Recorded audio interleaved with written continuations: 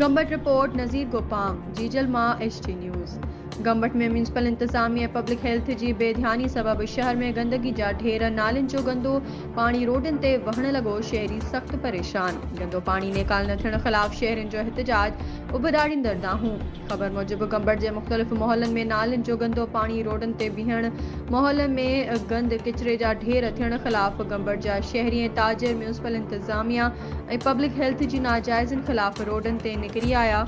गंबट गरीबाबाद पीर मोहल्ला पुरानी मार्केट शेख मोहल्ला ऐं ॿियनि नंढनि वॾनि मोहल्लनि में गंदगी जा ढेर लॻी विया। शहरनि सहाफ़िन अॻियां दाहींदे चयो त गंबट म्यूनसिपल इंतजामिया जी 1 करोड़ 70 लख रुपया बजट हूंदे शहर में गंदगी जा ढेर लॻी विया आहिनि।